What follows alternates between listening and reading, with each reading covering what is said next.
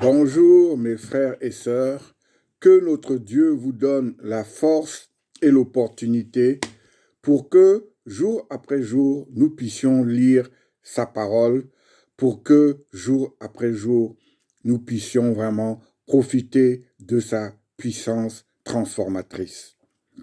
Lui seul, à travers son Saint-Esprit, peut faire vraiment de nous une nouvelle créature qui, parce qu'elle a accepté Jésus-Christ comme Seigneur et Sauveur, a enfin accès à Dieu, ou vraiment à Dieu et en toute opportunité.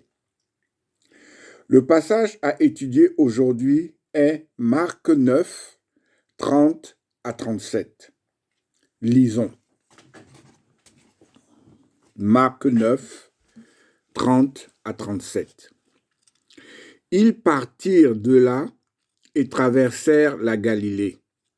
Jésus ne voulait pas qu'on le sût, car il enseignait ses disciples et il leur dit, « Le Fils de l'homme sera livré entre les mains des hommes, ils le feront mourir, et 3 jours après qu'il aura été mis à mort, il ressuscitera. » Mais les disciples ne comprenaient pas cette parole et ils craignaient de l'interroger.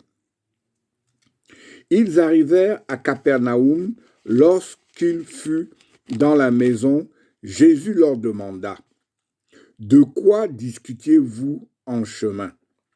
Mais ils gardèrent le silence, car en chemin, ils avaient discuté entre eux pour savoir qui était le plus grand.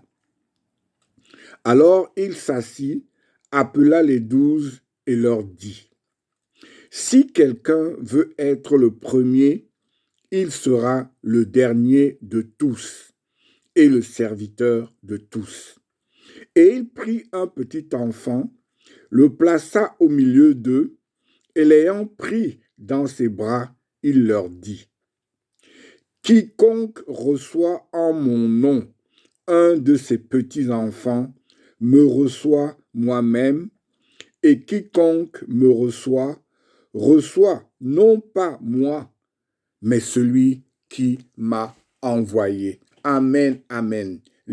Prions. Oui, Éternel, notre Dieu, c'est toi qui nous donnes la force, le zèle, la détermination pour faire toutes choses. Face à la détresse apparente, mais surtout à la volonté de leur expliquer la situation, les apôtres ne voient que le fait de savoir qui est le plus grand. Et leur comportement, nous avons le même aujourd'hui.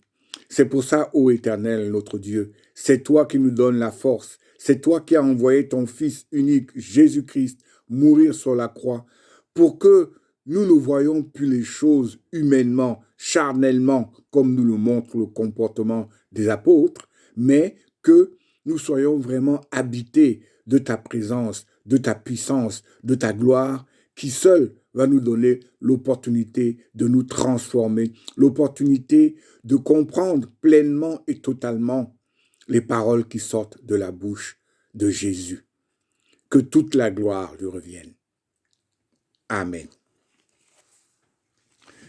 Mes frères et sœurs, la semaine dernière, pour la première fois, Jésus va annoncer vraiment à ses disciples sa mort et sa résurrection. Et malgré le fait que Pierre l'ait repris et que Jésus l'ait vertement remis à sa place, nous aurons vraiment pu imaginer que pour les apôtres, la mort et la résurrection de Jésus étaient quelque chose vraiment qu'ils avaient fini par accepter, qu'ils avaient fini par prendre en compte.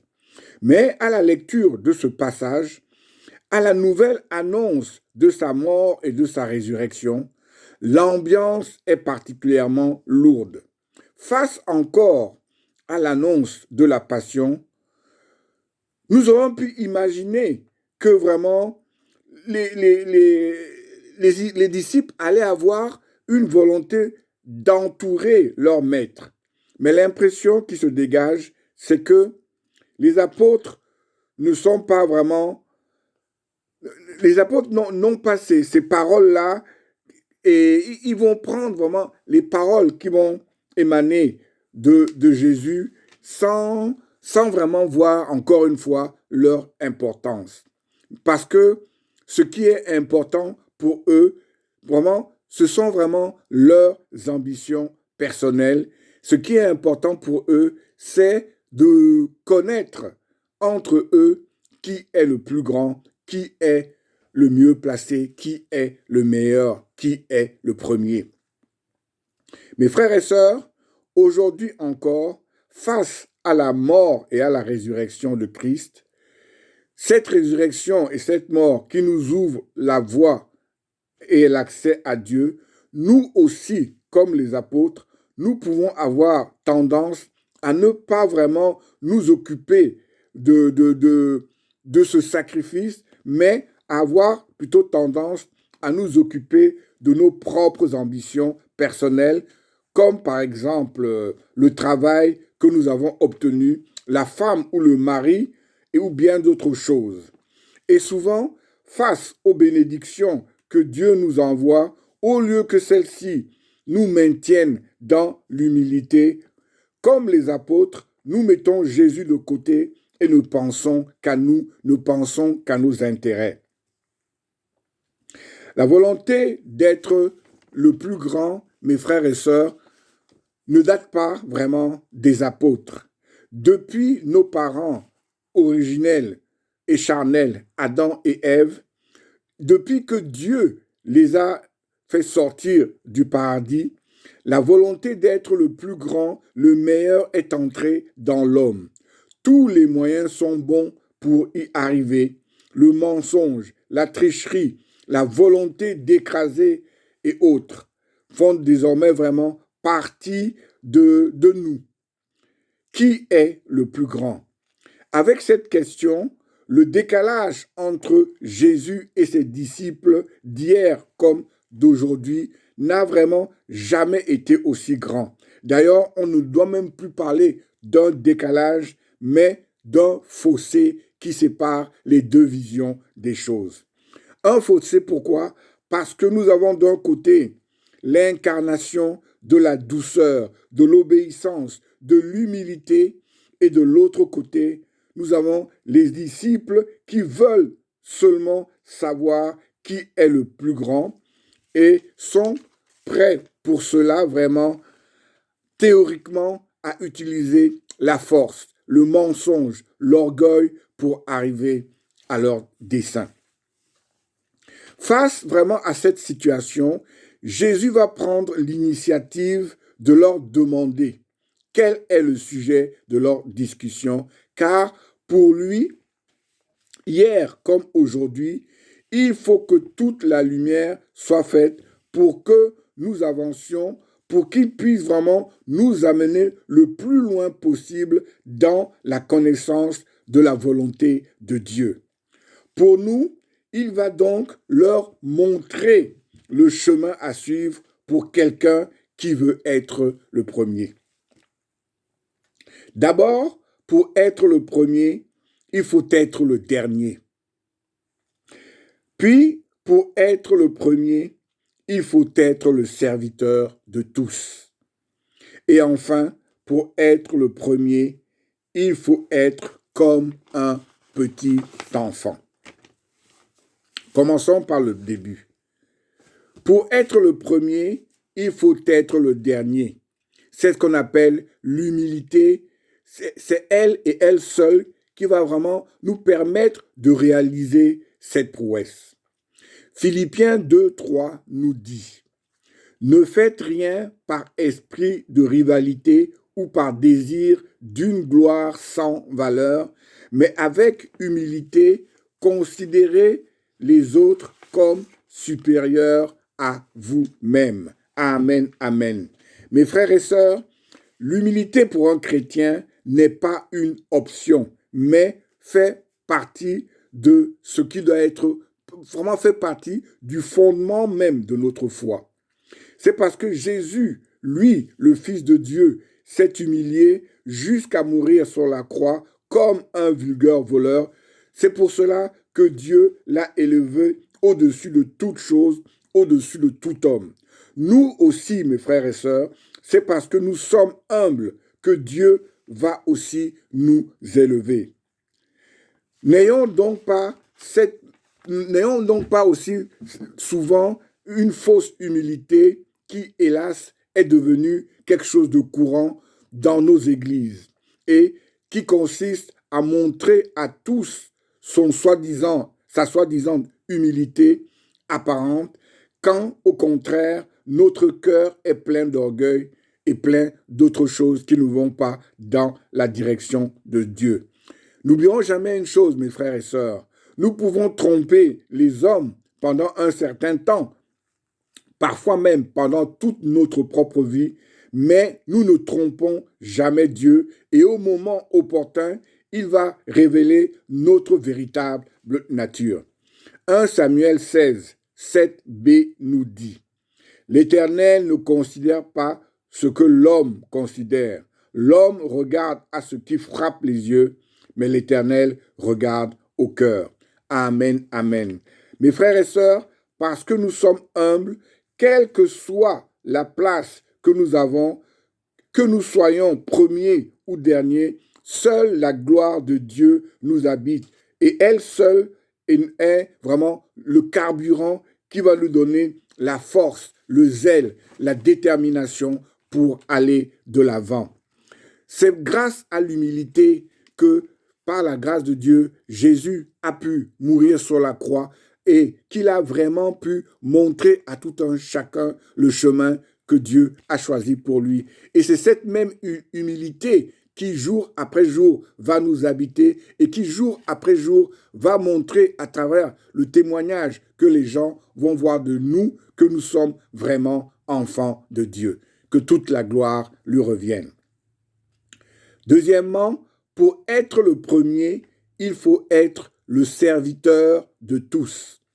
Romains 6, 13 nous dit: Ne mettez plus vos membres au service du péché comme des instruments de l'injustice, mais au contraire, livrez-vous vous-même à Dieu comme des morts revenus à la vie et mettez vos membres à son service comme des instruments de la justice. Amen, amen, amen. Mes frères et sœurs, dans le monde, hier comme aujourd'hui, servir au lieu de se servir est une anomalie. Mais pour Dieu, c'est une qualité fondamentale parce que Jésus est venu servir. Nous, ses disciples, nous devons suivre son chemin. Nous ne devons pas seulement servir ceux qui nous servent, mais par amour, par témoignage, nous devons être le serviteur de tous, comme Jésus l'a été. Car être le serviteur de tous, c'est vraiment la clé qui va nous ouvrir son royaume. Ésaïe 42, 1 à 3 nous dit: Voici mon serviteur que je soutiendrai, mon élu en qui mon âme prend plaisir. J'ai mis mon esprit sur lui, il annoncera la justice aux nations, il ne criera point, il n'élèvera point la voix et ne la fera point entendre dans les rues. Il ne brisera point le roseau cassé et il n'éteindra point la mèche qui brûle encore. Il annoncera la justice selon la vérité. Amen, amen, amen. Après avoir vraiment expliqué à ses disciples que si on voulait être le premier, il fallait être le dernier, et que pour être le premier, il fallait être le serviteur de tous. Pour bien illustrer ses propos, Jésus va vouloir vraiment impacter encore plus ses disciples avec l'image d'un petit enfant. Maintenant, pour être le premier, il fallait être comme un petit enfant.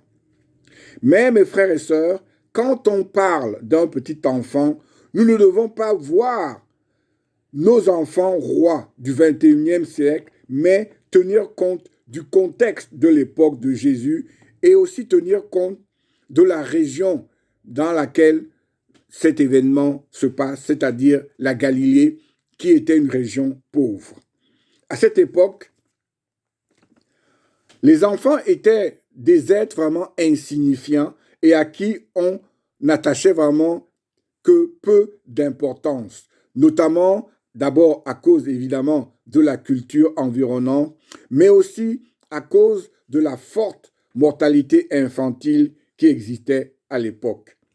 Tant que les enfants n'étaient pas en âge de travailler, ils étaient laissés à eux-mêmes, mais ce qui va faire la particularité de tous les enfants, et cela quelles que soient les époques, donc à l'époque de Jésus, mais aussi à notre époque, c'est que l'enfant reçoit tout des autres, notamment de ses parents. Et c'est cette dépendance que Jésus veut faire ressortir, veut faire comprendre donc à ses apôtres. Recevoir en son nom un enfant, c'est donc mettre de côté tous les a priori, mettre de côté toutes les visions qui ne vont pas dans la direction de Dieu, mais accepter de voir un enfant comme un être humain, comme un être totalement prêt à pouvoir évoluer dans la vie. Pour les disciples, eux, ils voulaient seulement savoir qui était le plus grand. Mais pour suivre Jésus, ils doivent donc vraiment porter une attention particulière aux plus petits.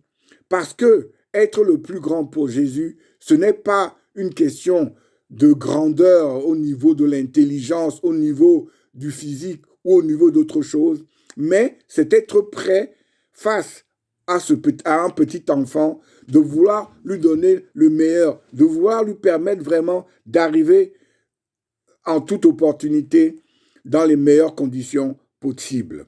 Et pour ça, il faut que nous soyons prêts à aider les petits-enfants, que nous soyons prêts alors à donner le meilleur de nous-mêmes. Et c'est à travers cette situation que nous allons vraiment voir la gloire de Dieu s'accomplir. Mais nous devons comprendre aussi une chose, mes frères et sœurs, quand on parle des plus petits, on ne parle pas seulement des enfants, mais on parle aussi des faibles, on parle aussi des malades et de tous ceux qui sont dans le besoin. Comme Jésus l'a fait, accueillir ses enfants, entre guillemets, c'est vraiment recevoir Jésus concrètement dans sa vie. Et recevoir Jésus concrètement dans sa vie, c'est être prêt à se comporter comme Jésus. C'est être prêt à se sacrifier jour et nuit pour que ces petits-enfants, entre guillemets, puissent aussi avoir accès à Dieu, puissent aussi avoir accès à tout ce qui est important, tout ce qui est fondamental pour que quelqu'un puisse vraiment évoluer spirituellement. Matthieu 19, 13 à 15 nous dit: Alors on lui amena des petits enfants afin qu'il leur imposât les mains et pria pour eux. Mais les disciples les repoussèrent et Jésus dit: Laissez les petits enfants et ne les empêchez pas de venir à moi, car le royaume des cieux est pour ceux qui leur ressemblent. Et il leur imposa les mains et il partit de là. Le royaume des cieux est pour ceux qui leur ressemblent. Cette phrase était bonne pour les apôtres, mais elle est aussi bonne pour nous aujourd'hui. Le royaume des cieux est vraiment ouvert à toutes les personnes qui ont assez d'humilité pour être des serviteurs, qui ont assez d'humilité pour être prêts, vraiment comme Jésus l'a fait à son époque, de nous occuper de tous ceux qui sont petits, de tous ceux qui ont besoin vraiment de notre environnement, de tous ceux qui, par la grâce de Dieu, n'ont peut-être pas notre intelligence, n'ont peut-être pas nos connaissances, aussi bien humaines que spirituelles, mais qui sont aussi vraiment des créatures de Dieu. Et si Jésus nous a envoyés, si Jésus a permis que nous fassions partie de ses disciples, c'est pour que, à travers nos vies, à travers notre témoignage, que tout le monde se rende compte qu'il est entré dans notre cœur et que jour après jour, il nous façonne, qu'il nous transforme et qu'il fait vraiment de nous une autre créature. Mes frères et sœurs, les disciples luttaient pour savoir qui était le plus grand.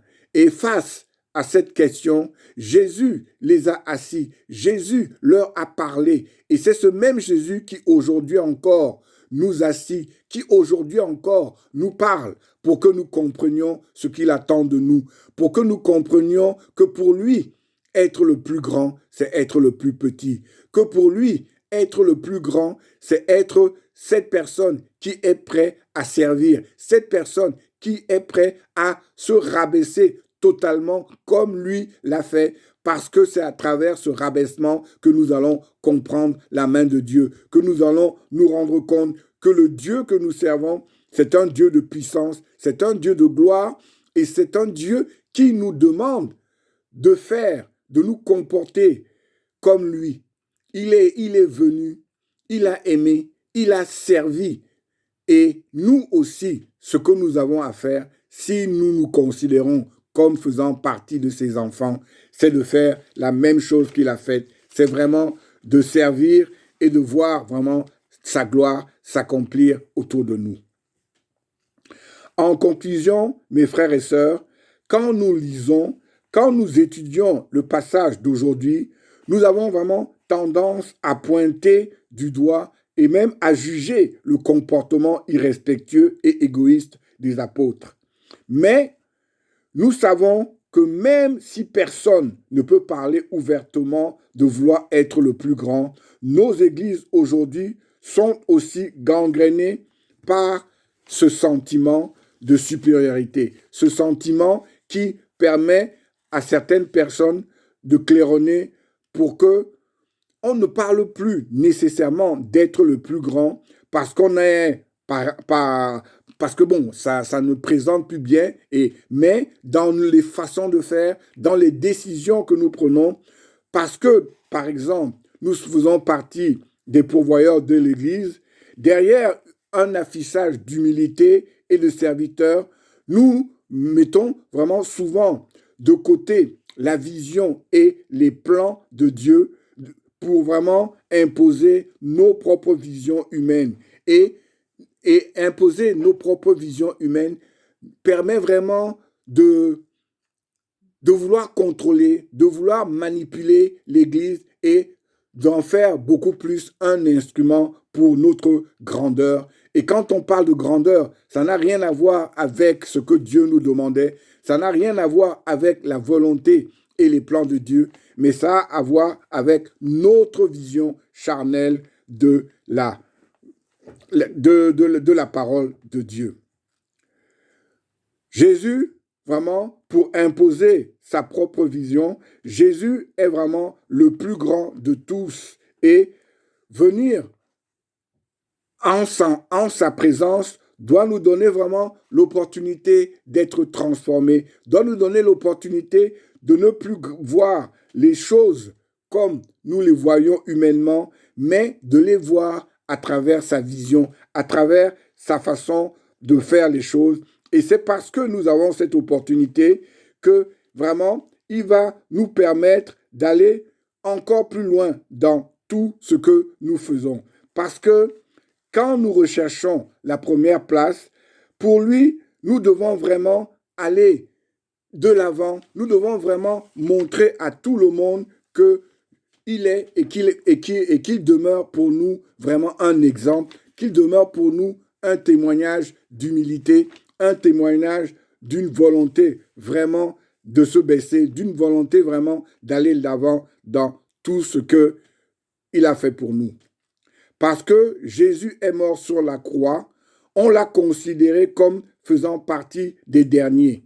Même si la pression du monde représentée par la famille, la carrière et autres nous pousse souvent à l'ambition et à la recherche des meilleures places, nous ne devons pas oublier que même si nous évoluons dans le monde, nous ne sommes pas du monde et nous ne devons donc pas tomber dans cette volonté effrénée qui caractérise le monde, c'est-à-dire l'orgueil. Quelle que soit la gloire ou la richesse que nous allons engranger, mes frères et sœurs, nous devons jamais oublier une chose, c'est que toute cette gloire-là et cette richesse ne nous sera d'aucune utilité devant Dieu. Galates 6, 7 à 8 nous dit. Galates 6, 7 à 8 nous dit. Ne vous y trompez pas, on ne se moque pas de Dieu. Ce qu'un homme aura semé, il le moissonnera aussi. Celui qui sème pour sa chair moissonnera de la chair la corruption. Mais celui qui sème pour l'esprit moissonnera de l'esprit la vie éternelle. Amen, amen. Prions. Oui, Éternel notre Dieu, c'est toi qui nous donnes la force jour après jour. C'est pour toi, parce que ton Fils Jésus-Christ a semé dans notre vie, parce que ton Fils Jésus-Christ nous a mis vraiment dans son livre de vie.